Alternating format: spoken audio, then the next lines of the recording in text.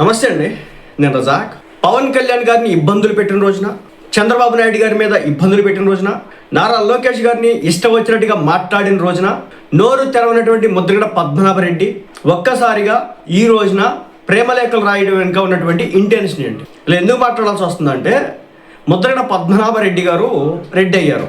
ఎలా అయ్యారు? పవన్ కళ్యాణ్ నేను ఓడిస్తా శపథాలు చేసినాడు. ఓడించకపోయిన పక్షంలో ఇప్పుడు పేరు మార్చుకున్నటువంటి పరిస్థితి. ఈరోజున ఒక లెటర్ రిలీజ్ చేసినటువంటి పరిస్థితి. ఆంధ్ర రాష్ట్రంలో పాలనట గాడి తప్పిపోయిందట. 2 సంవత్సరాలు అయింది, ఇప్పటి వరకు గాడి తప్పలేదు, ఇప్పుడు తప్పిందట. ఈయన చెప్తా ఉన్నాడు. ఎందుకు చెప్తా ఉన్నాడు? ఎందుకంటే ఈరోజు క్లియర్గా అర్థమవుతా ఉంది. అంబటి రాంబాబు గారు మాట్లాడినటువంటి మాటని ఈ వ్యక్తి ప్రస్తావించకుండా, చంద్రబాబు నాయుడు గారి తల్లిని దూషించినటువంటి మాటని ఈ ముద్రగడ పద్మనాభరెడ్డి గారు దాన్ని ప్రస్ఫుటంగా చెప్పకుండా ఇప్పుడు బయటకు వచ్చి తప్పంతా కూడా కూటమి ప్రభుత్వంతే, అసలు వైసీపీ పార్టీ నాయకులంతా కూడా శుద్ధ పూసలు అని చెప్పి సర్టిఫికెట్ ఇచ్చిన వైసీపీ నాయకులంతా కూడా శుద్ధ పూసలు అని. సో విషయంలోకి వెళ్తే, ముఖ్యమంత్రి గౌరవనీయులు నారా చంద్రబాబు నాయుడు గారికి, మంత్రివర్యులు లోకేష్ బాబు గారికి, ముద్రగడ పద్మనాభరెడ్డి నమస్కారములండి. ఈ అండీలు మాత్రం ఎక్కడ తగ్గువండి. సో ఆ రేంజ్లో ఉంటాయి అనమాట ఈ అండీలు. ఎలక్షన్స్ టైంలో కూడా ఒంటరిగా పవన్ కళ్యాణ్ తీసుకెళ్ళి మరోసారి ఓడించాలని, కూటమి అధికారంలోకి రాకుండా ఉండాలని చాలా కుయుక్తులు పడినాడు ఈ పెద్ద మనిషి. బట్ వర్కౌట్ కాలేదు. ఈసారి ఆయన పిఠాపురం కూడా రాబోతా ఉన్నాడంట. పవన్ కళ్యాణ్ గారిని ఓడించడం కోసం అక్కడ నిలబడబోతున్నాడట. మరి అది కూడా గాల్లో నిత్యం లేడమే. ఈ మధ్య గాడి తప్పిన రాక్షస పాలనలో దమనకాండ చూస్తున్నానండి. అవునండి, ఇప్పుడే చూస్తున్నాడండి. అప్పుడు పవన్ కళ్యాణ్ గారిని చేతులు తట్టిన రోజున, అలాగే నోవెటల్ హోటల్లో ఇబ్బందులు పెట్టిన రోజు నేను కళ్ళకు కనిపించలేదండి. అలాగే నారా చంద్రబాబు నాయుడు గారిని అక్రమంగా అరెస్ట్ చేసిన రోజున కనిపించలేదండి. యువగలం పాదయాత్ర చేస్తూ ఉంటే నారా లోకేష్ గారిని ఇబ్బందులు పెడతా ఉంటే ఆ రోజు కనిపించలేదండి. సో అప్పుడేనాడు కూడా కనిపించలేదండి. అలాగే అచ్చెన్నాయుడు గారు ఏదో ఆపరేషన్ చేయించుకుంటే ఆ రోజు ఆయన లిఫ్ట్ చేస్తుంటే ఈ పెద్ద మనిషి కనిపించలేదండి. సబ్బం హరి గారిని తీసుకెళ్తా ఉంటే ఆ రోజు కనిపించలేదండి. సో ఏనాడు కూడా ఆయన అప్పుడు కనిపించలేదండి. కానీ ఇప్పుడే కనిపిస్తుందండి దమనకాండ, దహనకాండ. దీనికన్నా గౌరవ ప్రధానమంత్రి గారిని కోరి మన ఆంధ్రప్రదేశ్ రాష్ట్రానికి ఎమర్జెన్సీ పెట్టమని అడగండి. అమ్మో, ఎమర్జెన్సీ అని పెట్టమని అడగాలంట. మంచి సలహా పెట్టేస్తారు. దీని ద్వారా ప్రతిపక్షాన్ని మీ పదవీ కాలం అయ్యే వరకు జైల్లో పెట్టడానికి ఉపయోగపడుతుందని నా బలమైన అభిప్రాయం అండి. ఈ పార్టీకి పెట్టాలనుకుంటే జగన్మోహన్ రెడ్డి గారిని పార్టీకి లోన్ వేసేవాళ్ళు కదా. జగన్మోహన్ రెడ్డి గారిని లోన్ పెట్టేసేవాళ్ళు కదా. మరి జగన్మోహన్ రెడ్డి గారిని ఇప్పుడు దాకా ఎందుకు లోన్ పెట్టలేదు? చంద్రబాబు నాయుడు గారిని ఆయన అరెస్ట్ చేయలేదా? ఆయన హయాంలో టీడీపీ పార్టీ నాయకుల మీద కావచ్చు, జనసేన పార్టీ నాయకుల మీద కావచ్చు దాడులు జరగలేదా? మరి ఇప్పుడు ఈ రోజే అంబటి రాంబాబు గారు ఆ స్థాయిలో మాట్లాడాడు కాబట్టి దాని మీద చర్యలు తీసుకుంటా ఉన్నారు. దాన్ని తప్పు పడుతున్నాడు ఈ పెద్ద మనిషి. మాజీ మంత్రులు రజనీ గారిని, అంబటి గారిని, జోగి రమేష్ గారిని ఘోరంగా అవమానించడం ఎంతవరకు న్యాయం అండి? అంటే చంద్రబాబు నాయుడు గారి తల్లిని దూషించింది న్యాయమా అండి? దూషించడం కరెక్టేనా అండి?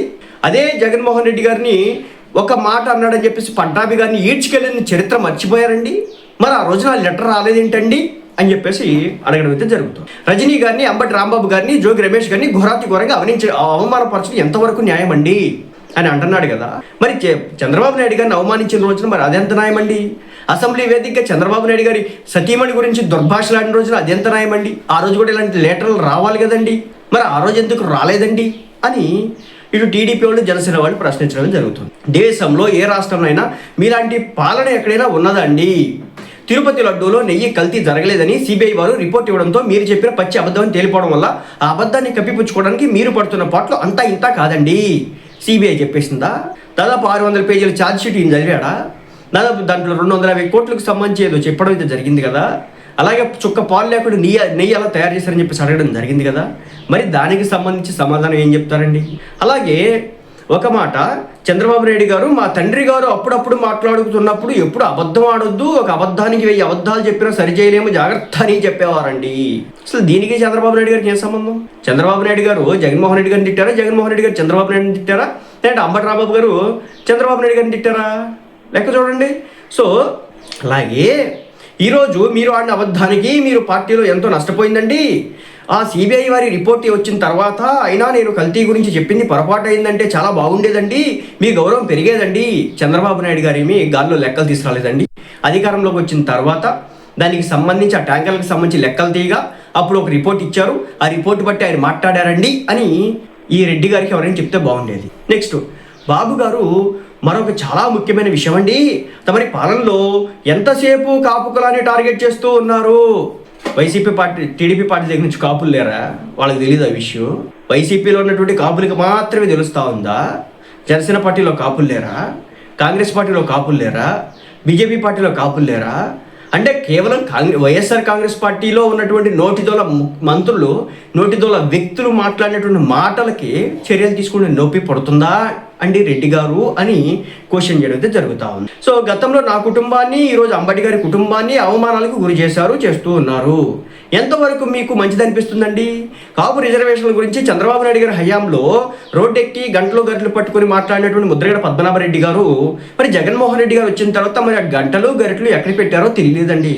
అది తెలిసింటే కూడా బాగుండేదండి.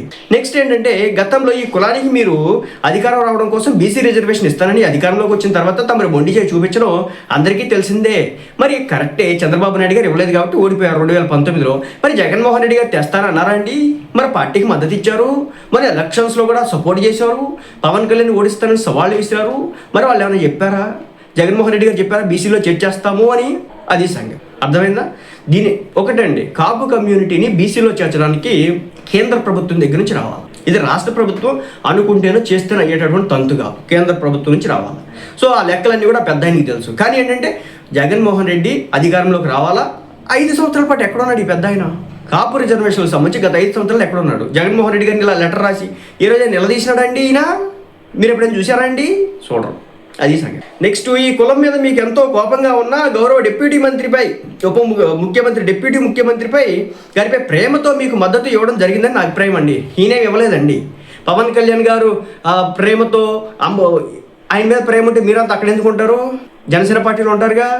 పవన్ కళ్యాణ్ నాకు స్పెషల్ ప్రత్యేకమైనటువంటి కుర్చీ వేయలేదనో, ప్రత్యేకంగా నన్ను ఆహ్వానించలేదనో, ప్రత్యేకంగా నాకు పిలవలేదనో, గంధం వెల్కమ్ చెప్పలేదని అలిగినటువంటి వ్యక్తి ముద్రగడ పద్మనాభరెడ్డి గారండి. సరే, అప్పట్లో చాలా మాటలు మాట్లాడారండి. ఇప్పుడు నేను అంటే తీయడం బాగుందని వారి మద్దతు ఇవ్వడం వల్ల మీకు జైల్లో ఉన్నప్పుడు డేలా పడిపోయిన మీ కార్యకర్తలు రోడ్డు మీదకి వచ్చిన సంగతి, ఈరోజు అధికారంలోకి వచ్చిన సంగతి నిజం కాదా ముఖ్యమంత్రి గారు? అయినా ఈ కులం మీద ఎప్పుడు మీరు రగిలిపోతూనే ఉన్నారు. దయచేసి ఈ కులాన్ని రాష్ట్రం నుంచి వేరే రాష్ట్రానికి కట్టుబట్టలతో పంపించే కార్యక్రమం చేయండి. కేవలం ముద్రగడ పద్మనాభరెడ్డి గారేనండి ఎంతలా అఫెండ్ అవుతున్నారు.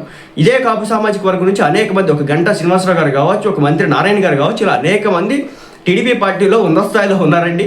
అలాగే జనసేన పార్టీలో మీరు చూసుకున్నట్లయితే అనేక మంది కాపు సంబంధించిన వర్గానికి సంబంధించిన నేతలకు ఒక ముఖ్య కీలక పాత్ర పోషించారు. ఒక విజయ్ కుమార్ గారు కావచ్చు, ఒక పంచకర్ల రమేష్ గారు కావచ్చు, అలాగే మన పవన్ కళ్యాణ్ గారు కావచ్చు, వీళ్ళంతా కూడా కందులు దుర్గేష్ గారు కావచ్చు, వీళ్ళంతా కూడా కాపు సామాజిక వర్గానికి సంబంధించినటువంటి వ్యక్తులే కదండి. అంతే, అలాగే బత్తుల బలరామకృష్ణ గారు కూడా అనుకుంటా.